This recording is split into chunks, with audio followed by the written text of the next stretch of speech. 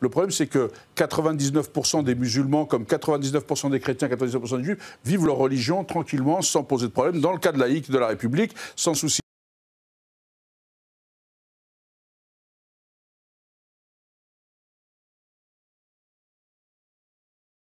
Et puis il y a des musulmans, on l'a vu dans le passé et ailleurs, qui s'éloignent du Coran et de la Sunna et qui font un choix. Entre le Coran et la France, ils choisissent. La France, ça fait mieux qu'Omar. Tu touches les allocs alors qu'il n'est pas encore sorti, le gosse.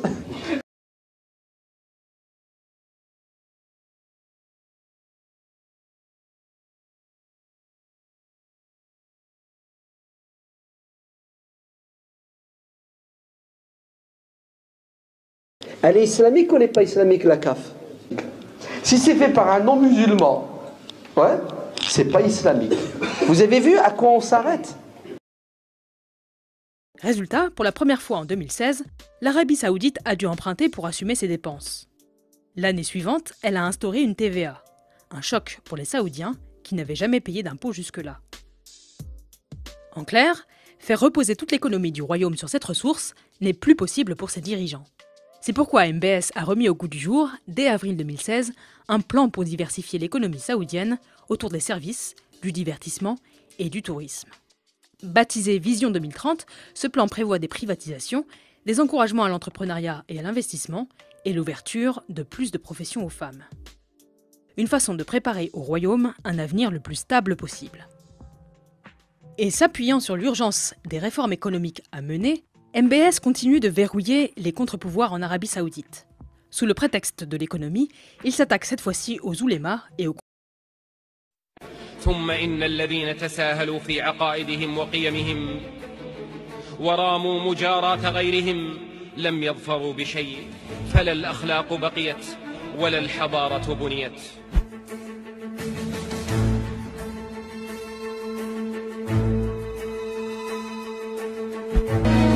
نقول كما يقول علماؤنا الكبار: احذروا الحفلات الماجنة والدعوات المشبوهة، احذروا التبرج والسفور والعري والاختلاط والفساد، ومن بالماء العكر يصطاد، احذروا الحفلات الغنائية الكوميدية والسينمائية وإن زعموا أنها ترفيهية.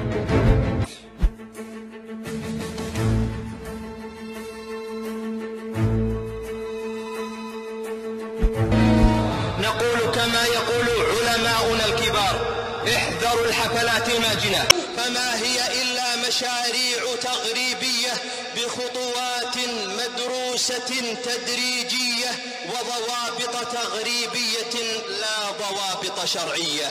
ألبسوها أثوابا جذابة ومغرية وغلفوها بمعاني التغيير والتجديد للأفضل. ترفيه ليس لهم عندهم بدائل غير المجون والغناء والرقص والاختلاط، ما هو إلا عار وخزي ونذير شؤم على البلاد حينما يقدم الشواذ كقدوة للشباب. أيها المترفون المترفهون، إنكم تنفقون أموال الناس على برامجكم التافهة بغير حق ولا فائدة، تنفقونها ثم تكون عليكم حسرة ثم تغلبون. نعم، ستغلبون في معركة القيم والأخلاق، سيغلبكم المجتمع الذي لا يزال ثابتا على دينه مهما تعثر أو ضعف. لن يقبل المجتمع أن يكون الترفيه مستوردا لأقذر ما في الثقافة الغربية لإفساده وتمييع عقيدته وقيمه وأخلاقه. ستغلب برامجكم حلقات تحفيظ القرآن الكريم التي تحاربونها، ستغلبكم مآذننا السامقة التي تدوي الله أكبر الله أكبر كل يوم وليلة 5 مرات فتلامس أسماعنا وتسري في قلوبنا وتخالط أبشارنا وتوقظ أبناءنا وبناتنا الذين جاءوكم غفلة أو استطلاعا. ستغلبكم صلوات أبنائنا وبناتنا ودوي قرآنهم في المحاريب والمساجد وأعماق البيوت والقلوب. ستغلبكم دعوات أمهات العابدات وآبائهم القانتين الذين لا يفترون في سجودهم عن قول اللهم من أراد بنا وبأبنائنا وبناتنا وديننا وبلادنا شرا فأشغله في نفسه واجعل تدميره في تدبيره. أيها الغيورون احذروا المترفين والمترفهين الفاسقين ولا تخالطوهم ولا تدخلوا حفلاتهم ومجالسهم. وقد نزل عليكم في الكتاب أن إذا سمعتم آيات الله يكفر بها ويستهزأ بها فلا تقعدوا معهم حتى يخوضوا في حديث غيره إنكم إذا مثلهم إن الله جامع المنافقين والكافرين في جهنم جميعا. وإذا رأيت الذين يخوضون في آياتنا فأعرض عنهم حتى يخوضوا في حديث غيره وإما ينسينك الشيطان فلا تقعد بعد الذكرى مع القوم الظالمين. نحن فقط نعود إلى ما كنا عليه، الإسلام الوسطي المعتدل المنفتح على العالم. 70% من الشعب السعودي أقل من 30 سنة، وبكل صراحة لن نضيع 30 سنة من حياتنا في التعامل مع أي أفكار متطرفة، سوف ندمرهم اليوم وفورا. D'abord, il a limité les droits de la police religieuse. Depuis avril 2017, elle ne peut plus arrêter de citoyens, ce qui la rend inutile d'une part et favorise l'arrivée des touristes d'autre part. Il a rouvert les cinémas et a autorisé de nouveau les concerts publics. Ainsi, au lieu d'aller à l'étranger pour se divertir, les Saoudiens dépensent dans leur pays. Le 18 avril 2018, la chanteuse libanaise Hiba Tawaji a même donné un premier concert réservé aux femmes. Et celles-ci sont autorisées à conduire depuis septembre 2017, ce qui leur permettra de travailler plus facilement. يا أيها المسلمون ما الذي غيركم حتى بدنا نرى التزاحم على أماكن اللهو والضرب؟ يا أيها المسلمون ما الذي غيركم حتى بدنا نرى الرجال مع النساء في المسارح والحفلات جنبا إلى جنب؟ يا أيها المسلمون ما الذي حل بكم حتى بدنا نرى النساء والفتيات يتراقصن مع الشباب جنبا إلى جنب في منظر والله تقشعر منه الأبدان وترتجف منه القلوب؟ أيها المسلمون ما الذي دهاكم؟ ما الذي دهاكم فقست قلوبكم وجفت مشاعركم وتبدلت أحاسيسكم فبتم ترقصون على جثث قتلى حربكم المدافعين عن دينكم ومقدساتكم وبلادكم؟ أيها المسلمون ما الذي أصابكم لكي يتهافت على المساجد فئام منكم ليس للصلاة فيه بل للصعود عليه لمشاهدة فاسق يغني وسفيهات وسفهاء يرقصون ويتراقصون؟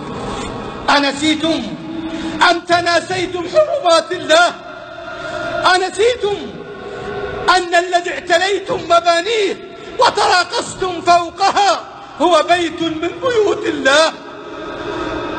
أيها المسلمون ما الذي أصابكم فأمنتم مكر الله؟ أمنتم عقاب الله؟ أفأمنوا مكر الله؟ فلا يأمن مكر الله إلا القوم الخاسرون. أيها المسلمون تذكروا جيدا أن أجدادكم كانوا يتغربون في العراق والشام وفلسطين هربا من الجوع والفاقة والحاجة وقلة الأمن. أيها المسلمون تذكروا أن النعم إذا فرت من بلد فقلما والله تعود إليه. أيها المسلمون احذروا المعاصي والمنكرات فإنها والله سبب لزوال النعم والأمن. فهل كان أحد يتصور أن تقوم بعض نسائكم بالتصوير مع مغن فاسق؟ أين بالله عليكم الغيرة؟ أين بالله عليكم الغيرة؟ أين الرجال؟ والله حتى الكفار أيام الجاهلية لا يرضون بهذا. فلا حول ولا قوة إلا بالله. أيها المسلمون، ارعوا نعمة الله التي بين أيديكم، ارعوا نعمة الله التي بين أيديكم، ارعوا نعمة الله التي بين أيديكم قبل أن تندموا. MBS répond ainsi aux aspirations de l'écrasante majorité de la population saoudienne, pour qui une grande partie des interdits religieux n'ont plus lieu d'être. Mais pas question de laisser activistes ou militants appeler aux réformes. Plusieurs militantes féministes sont arrêtées en mai 2018.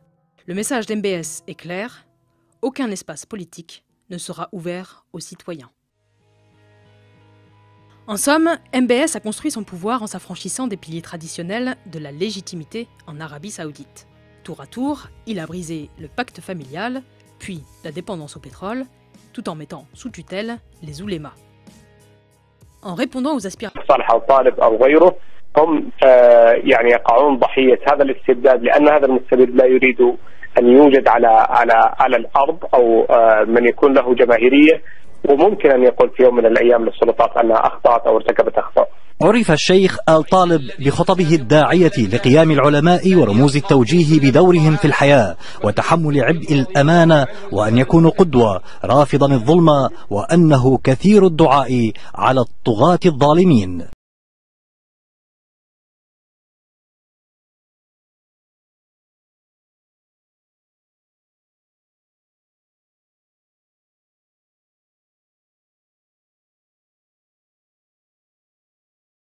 En répondant aux aspirations de la jeunesse, MBS a trouvé le soutien qu'il lui fallait pour concentrer tous les pouvoirs entre ses mains. Il y a un contrat social à passer sur des bases qui sont des bases républicaines. Donc une vision de notre société contraire à nos principes républicains qui aboutit au délitement du pacte social.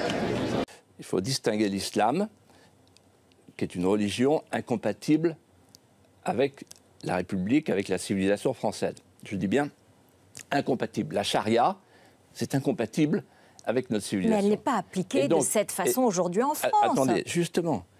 Alors si c'était le cas, je comprendrais. Il y a des musulmans qui souhaitent pratiquer l'islam à proximité du Coran et de la Sunna. Ça, c'est pas possible. Il faut leur dire c'est pas possible. Il faut composer avec des gens dont la religion est l'islam. Donc il faut les aider, les aimer d'une certaine manière, c'est-à-dire leur montrer que la République est désirable, que la République a failli assez souvent, mais qu'on peut refabriquer un contrat social avec une nouvelle République. Je dis ceci, il faut avoir l'intelligence d'attirer vers nous les musulmans qui veulent devenir des Français de désir. Un certain nombre de sourates sont condamnables dans le Coran, condamnez-les avec nous. Et puis un certain nombre d'autres sourates sont susceptibles de permettre la construction d'un véritable islam compatible avec la République. Alors dites-le, faites-le savoir et travaillons ensemble.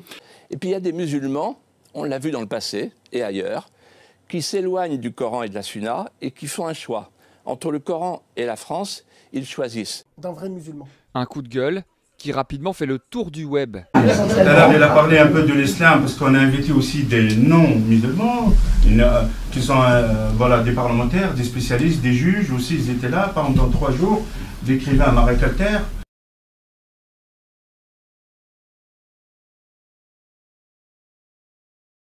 Qui puissent échanger avec les imams européens, de parler de l'expérience, et parler aussi de la possibilité d'avoir un islam de lumière et un islam européen.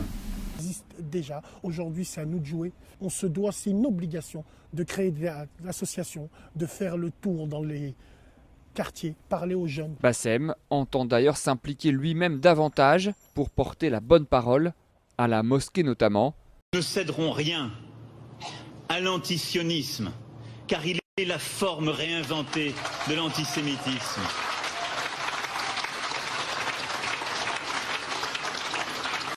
Ich darf euer Reich beschreiben. Ihr darf es wissen. Ich heile nach Beziehungen. Ich habe nicht geheile nach Islamos. Ich habe nicht geheile nach mit Medina Islam.